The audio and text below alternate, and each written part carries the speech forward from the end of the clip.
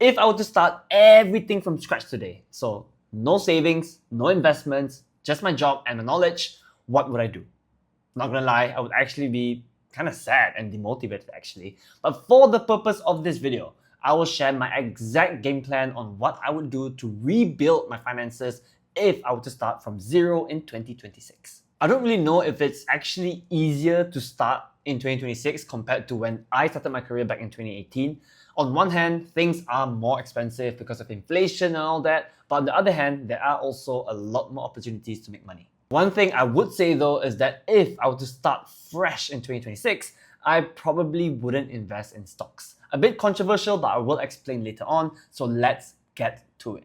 So the first thing that I will do is I will focus on building up my savings. So I know that the general advice, and also I say this myself, right, is that the first thing you want to focus on is to build your emergency fund. So expenses for the next 3 to 6 months. But honestly, I wouldn't really do that because trying to save up 3 to 6 months worth of your expenses before doing anything else will mean that you probably won't do anything else for a while because it will take some time, right? It's not easy for us to save 3-6 months worth of our expenses. So what I would do instead is that I would try and get to 1,000 ringgit in savings as soon as possible. This is what I would call my survival fund. I don't want my life to be ruined over, taya pancit or some unexpected expenses, Especially as someone who is starting at zero net worth, the last thing that I would want is for my net worth to go into negatives because I had to take on a loan to pay for something that I just did not expect or I don't have the money to pay for.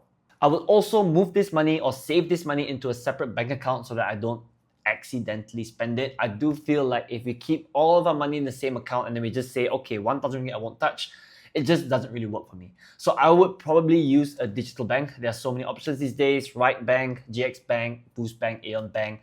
I think they're all pretty much the same. So, it's up to you which one you want to go for. So whatever it takes, the first thing I would do is to try and save up 1,000 ringgit. I know some of you guys might think, 1,000 ringgit is not that much, in the grand scheme of things, it's pretty easy to achieve, but you guys are wrong because according to a report by Bank Negara Malaysia, as recent as I think 2024, 61% of Malaysians cannot come up with 1,000 ringgit in the event of an emergency. So my usual step whenever I try to save money, when I realize I've been spending a bit too much, is to track my expenses. This is the first thing that we need to do because we need to figure out which areas can we cut to try and save more money. So for me, the usual areas I can cut on is eating out, buying coffee, subscriptions, and then just random shopping splurges that I do on Shopee. That's for me. So you guys will have to go and track your own expenses to figure out which areas you can cut on.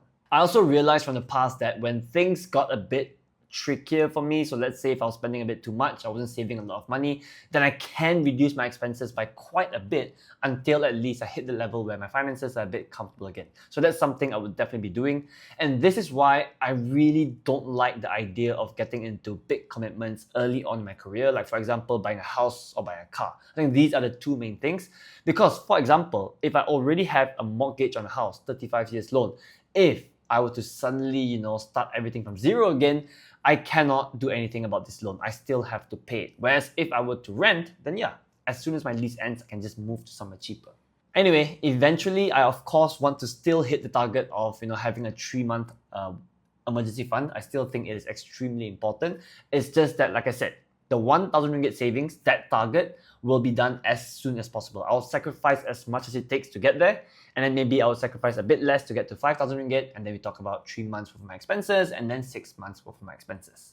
And all of this money, all of this savings, it will be held in a bank account because we need maximum liquidity in case an emergency pops up and we need this cash. We don't want to be stuck waiting for some bank processing taking 3 to 4 business days because that would not be ideal. So the next thing that I would do is I will focus on my income. The honest truth is that it's difficult for me to get far on a salary of, let's say, 3,000 ringgit. I can't really save my way to wealth. It's not my style. I know that some people can do it. There's all those stories about a janitor who, just saved money for 40 years and then had like 10 million or something like that.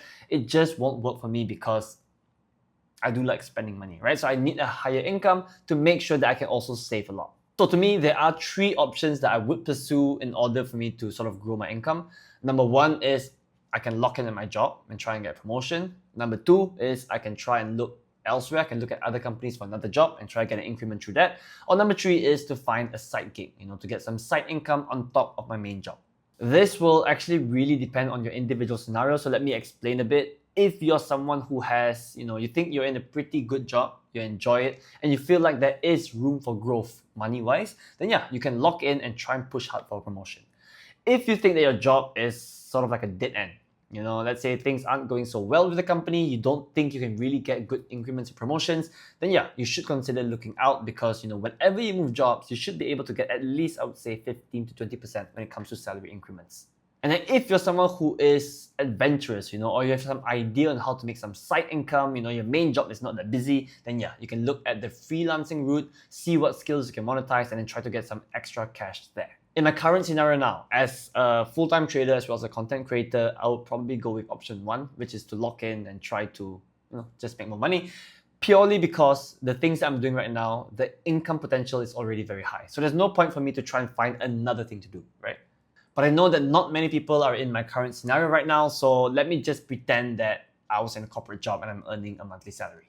Honestly speaking, at my current age, with my current skill sets and knowing that I want to go for a job where the income ceiling is very high, I would most likely try and go for something like sales related, So I would try and find a job where the income structure is something like, I get a basic salary, which is of course not that high, and then I'm also commission based on top of that. I'm not really looking for stability in my income because if I was to be at, let's say, 0 net worth right now, I'm trying to grow it as fast as possible rather than taking it the slow and steady way. I'm not saying that slow and steady is bad. Of course, everyone has different options, but I'm saying this is what I would do if I were to start from 0.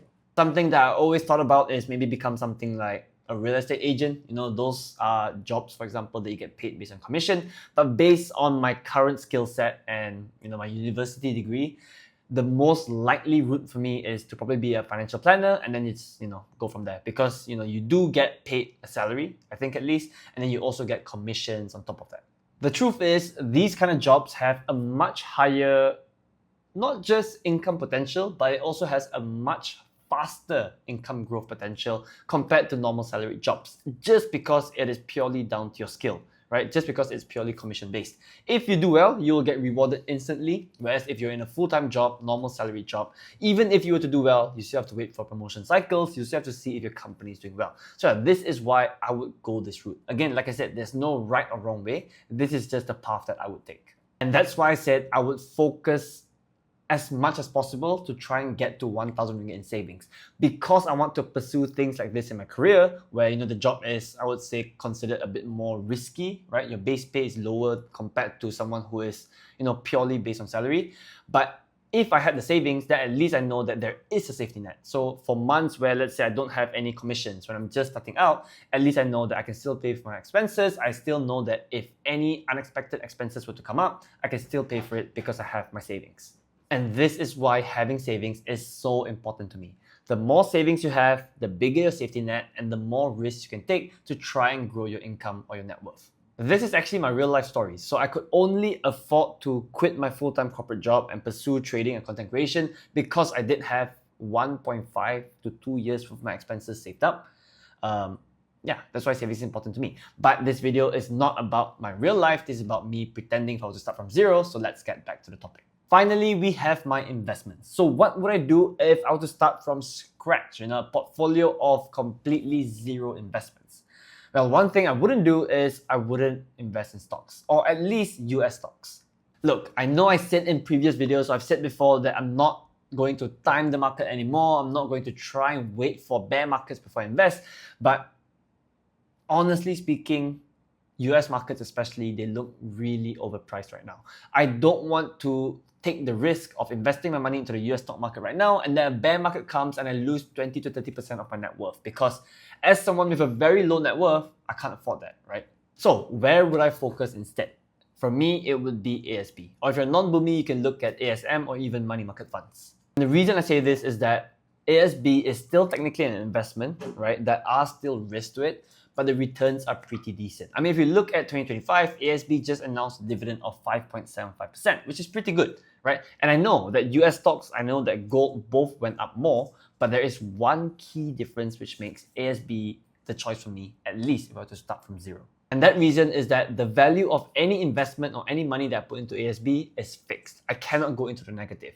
If you compare this to investing in US stocks, gold, Bitcoin, pretty much everything else, there is the chance that you can lose money. And why this is so important to me is that any money that I put into ASB, I am earning the 5.75% returns or whatever it is for the year.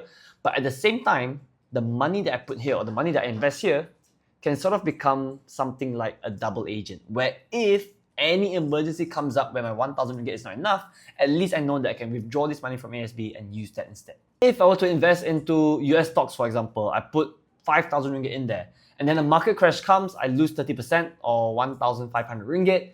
If there was an emergency, I can't sell my stocks, right? I'm already down 30%. So that is why, ASB is pretty much a very critical tool for me if I were to just start out. So the thinking that I have is I'm still investing my money while at the same time I'm also saving up more cash, right? At least until I hit 3 months worth of my expenses. And I know that some people might be thinking, if your net worth or if your money that you're able to invest is already so low, then what's the point of playing it safe, right? If you're only investing 1,000 ringgit, then what is 6% returns a year? It's only 60 ringgit. It's hardly going to make a difference in your life.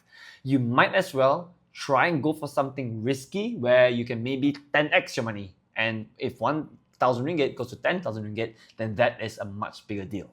And I get it. I think that is a pretty good argument. It's just not for me. So the way I see things, if I were to start all over again, is that I would rather play it a bit safer with my investments early on and then try and build that safety net so that, like I said again, I can focus more on my career and try to grow money there. I think, honestly, when your investment amount or your net worth is low, the main thing that will bring your net worth up is your income. It's not really your investments unless you get extremely lucky buying Trump coin or something making 1,000% returns. But that is very unlikely. So personally, I would only consider investing into other assets like US stocks in 2 scenarios.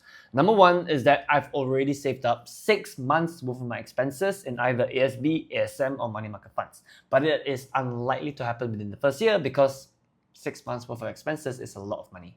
The second scenario that I might consider investing into US stocks is if we see a huge market crash. So let's say something happens in the US, the S&P 500 is down 30%, then yeah, I will definitely consider moving some money from ASB to stocks. That is the only scenario that is likely where I would invest in stocks in 2026. And then when it comes to EPF or PRS contributions, that is a big no for me early on, right? My net worth is already so low. I don't have any savings. I don't want to lock up any extra money.